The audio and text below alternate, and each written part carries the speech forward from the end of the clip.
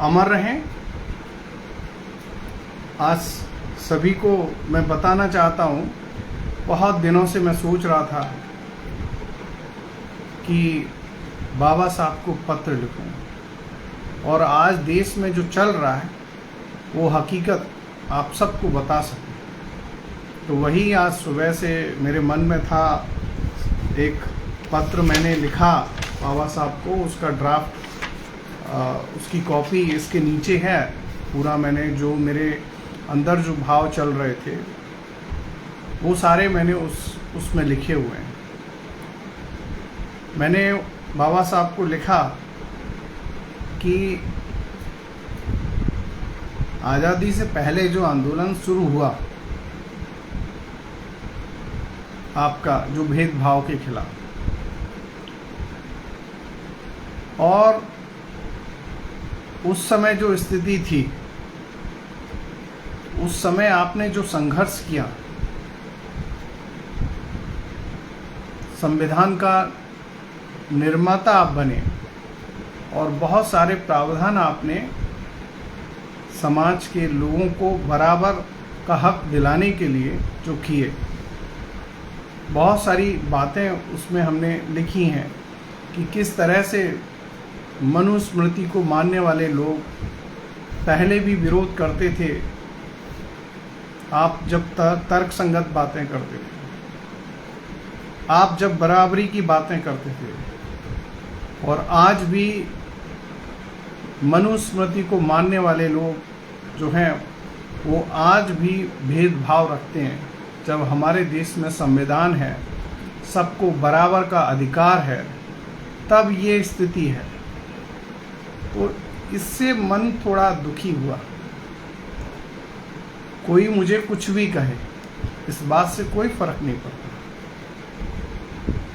मैंने बहुत कुछ बाबा साहब के विषय में पढ़ा, कोशिश की उनके संघर्ष को जानने की, और ये पाया उस समय उन्होंने किस तरह से संघर्ष किया होगा, कितने संकटों में संघर्ष किया होगा, कितनी तकलीफ़ें सहन की होंगी कि मनुवादी जो लोग थे, विचारधारा के कुछ लोग, मैं सब लोगों को नहीं बोलता, कुछ लोग जो उस विचारधारा के, जिनके अंदर इंसानियत नहीं थी, जो लोग इंसानों को इंसान नहीं समझते थे, वो लोग, कुछ लोग आज भी हैं, सब नहीं हैं, कुछ लोग आज भी हैं। आप देखिए किस तरह से उस समय बाबा साहब को परेशान किया गया, और जब जब उन्होंने अधिकारों की बात की, उन्होंने कुछ गलत नहीं किया था, उन्होंने सीधा सीधा सा सवाल किया था कि आखिर ईश्वर ने किसी में भेद नहीं किया है, तो यहाँ लोग आपस में भेद क्यों कर रहे हैं। ये सवाल सीधा रखा था। बहुत सारी बातें ऐसी हैं जो हम लोग बोल भी नहीं सकते, इतने सारे भेदभाव उस समय किए गए थे, और आज भी किए जा रहे हैं। गांव में आप जाइए, क्या स्थिति है गांव में आज लोगों की, गांव में किस तरह से भेदभाव आज भी हो रहा है। शहरों में हो रहा है, वो तो छोड़ दीजिए, शहरों में भी ये सब चीज़ें हो रही। तो वही पत्र हमने बाबा साहब को लिखा है और उनको बताया कि आप हमारे दिल में रहते हैं, और हमारे नहीं, दुनिया के बहुत सारे लोग आपको मानते हैं। दुनिया में बहुत सारी जगह बाबा साहब को चाहने वाले लोग हैं, हमारे देश में तो हैं ही, वो आज भी हमारे दिल में जीवित है। एक मैं आपके सामने एक छोटा सा सवाल रखता हूँ, जो मनुवादी लोग हैं, या जो संकीर्ण विचारधारा के लोग हैं, या जो भेदभाव करने वाले लोग हैं, या जिनको ऐसा लगता है कि वो बड़े जाति के हैं, हम छोटे जाति के हैं, या वो बड़ा है वो छोटा है, ऐसा जो लोग सोचते हैं, उनसे सीधा सवाल मैं ही पूछता हूँ। ये सदियों से भेदभाव जो चला आ रहा था, इसको लेकर जो आवाज़ उठाई बाबा साहब ने, क्या गलत किया? मैं आपसे सीधा पूछता हूँ या मैं खुद से कहता हूँ, मेरे घर में 4-5 बच्चे हैं, 5 बच्चे हैं मेरे या 3 बच्चे हैं, और उनमें आपस में एक कमज़ोर है, एक पैसे वाला है, एक दूसरे को तिरस्कार की भावना से देखता है। कौन माता पिता चाहेगा कि पांचों बच्चे बराबर न हो, बराबर की स्थिति में न हो? हर माता पिता यही सोचते हैं कि हमारे ये पांचों बच्चे जो हैं वो बराबर हों, आपस में झगड़े नहीं, एक दूसरे का सम्मान करें, एक दूसरे से भेदभाव नहीं करें। आज भी क्या होता है, जो गरीब बच्चा होता है या जो परिवार में गरीब होता है उसको तिरस्कार की दृष्टि से देखा जाता है, उसे कुछ नहीं माना जाता। वही उस समय बाबा साहब ने जब देखा कि भाई पूरे देश में आज लोगों के साथ कितना अन्याय हो रहा है और मनुवादी विचार कितना हावी हो रहा है, कितना लोगों को परेशान किया जा रहा है, ये सब बातें सब लोग जानते हैं। इवन आज भी हम लोग कई बार देखते हैं, कई जगह जाके देखते हैं, तो मुझे बहुत तकलीफ होती है कि लोग उसके घर के दरवाजे से निकलते हैं तो चप्पलों को हाथ में लेके चलते हैं। ये कहाँ का न्याय है? ईश्वर ने तो सबको बराबर बनाया था, और ये तो हम सब लोगों ने आंखों कई जगह ये चीज़ें देखी होंगी और आज भी देख रहे हैं। तो ये जो स्थिति देश में है लोगों के साथ, वो ठीक नहीं है। एक तरफ तो लोग कहते हैं कि संविधान आ गया है, सब बराबर है, और दूसरी तरफ वहीं आज भी अन्याय हो रहा है और भयंकर अन्याय हो रहा है।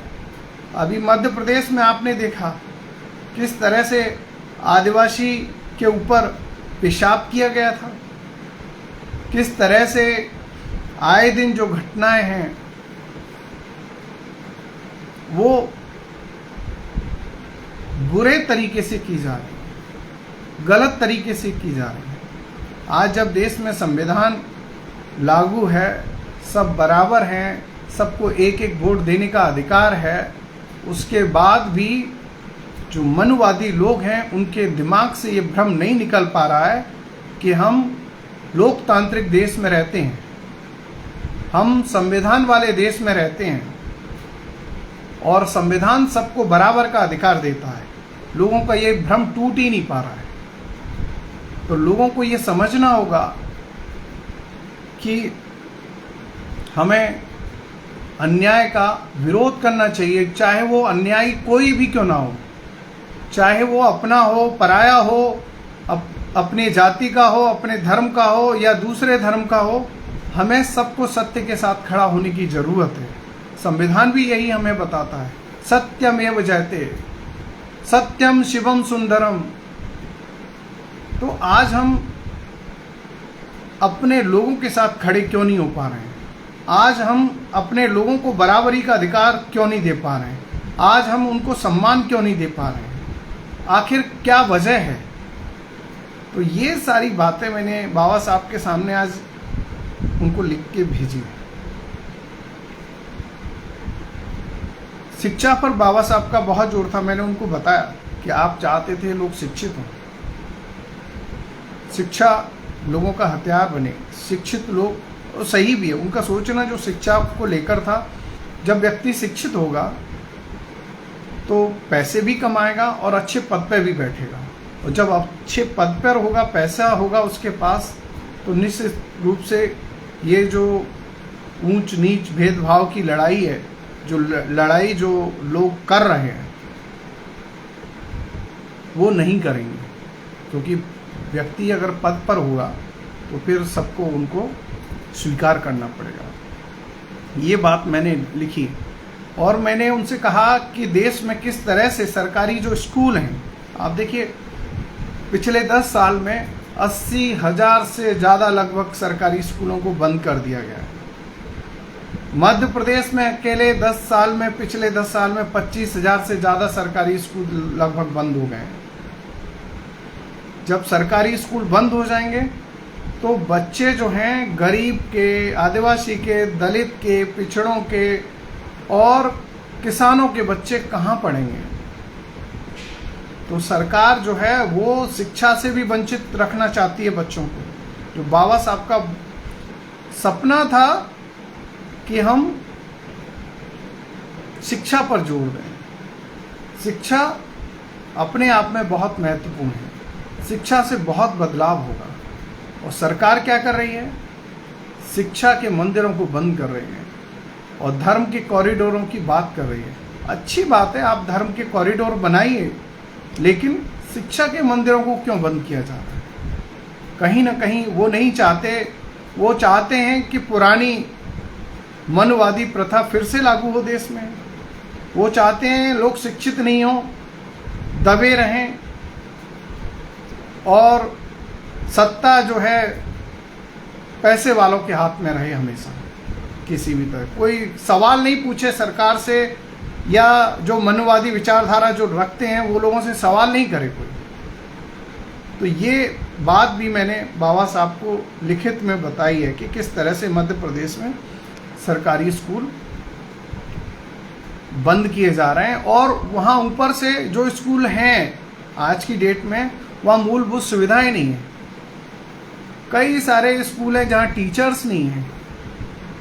कई सारे, अभी ग्वालियर की रिपोर्ट आई थी जिसमें 89 सरकारी स्कूल ऐसे थे जहाँ लाइट की सुविधा नहीं। आप कल्पना करिए कि ऐसी भीषण गर्मी में बच्चे कैसे पढ़ेंगे? ये सवाल हम सबके मन में आता है। भीषण गर्मी, उमस, बरसात, सर्दी, अंधेरे में बच्चे कैसे पढ़ेंगे?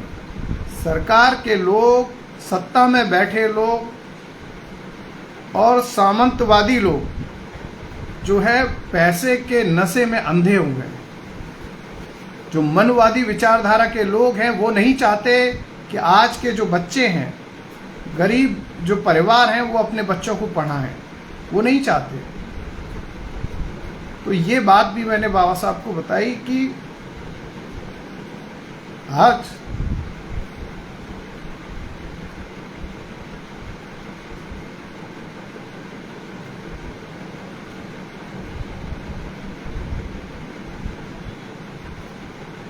दिन प्रतिदिन जो अन्याय है वो बढ़ता जा रहा है। फिर मैंने कहा, एक तरफ तो धर्म को मानने वाले लोग कहते हैं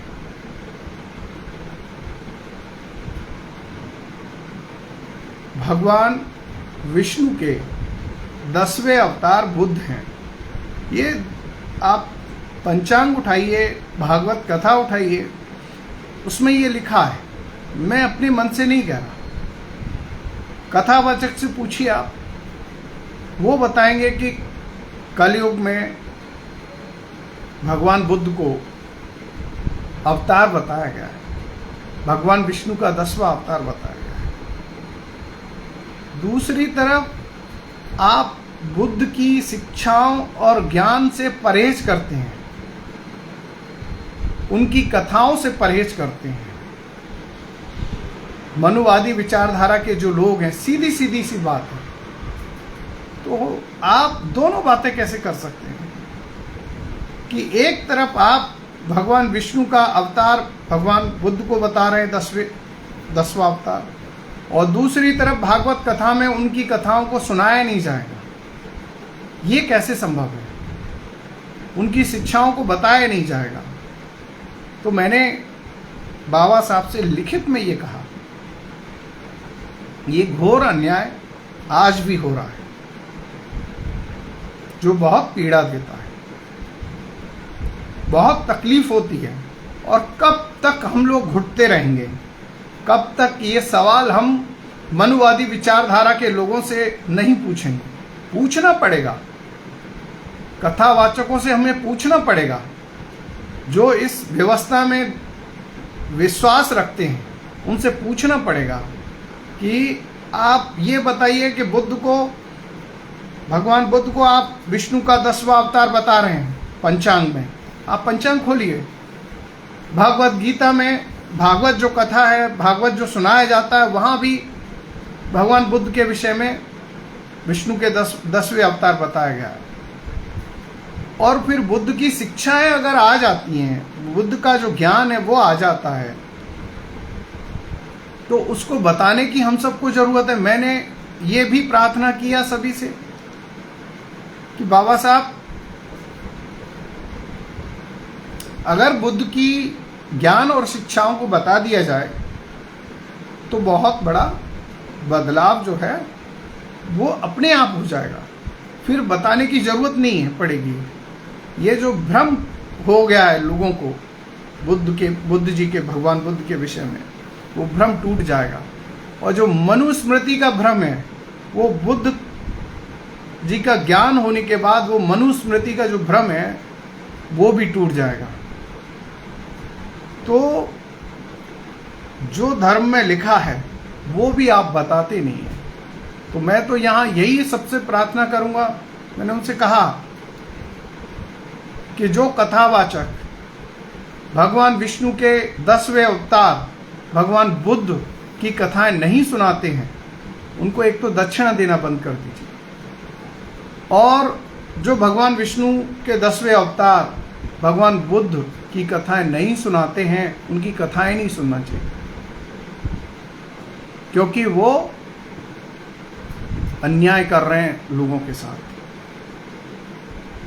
धर्म के अनुसार अगर भगवान बुद्ध, अगर क्यों, धर्म में लिखा है भगवान विष्णु के 10वें अवतार हैं बुद्ध, और बुद्ध ने जो कथाएं या जो शिक्षाएं या जो ज्ञान दिया है वो लास्ट ज्ञान है ईश्वर का, अवतार का।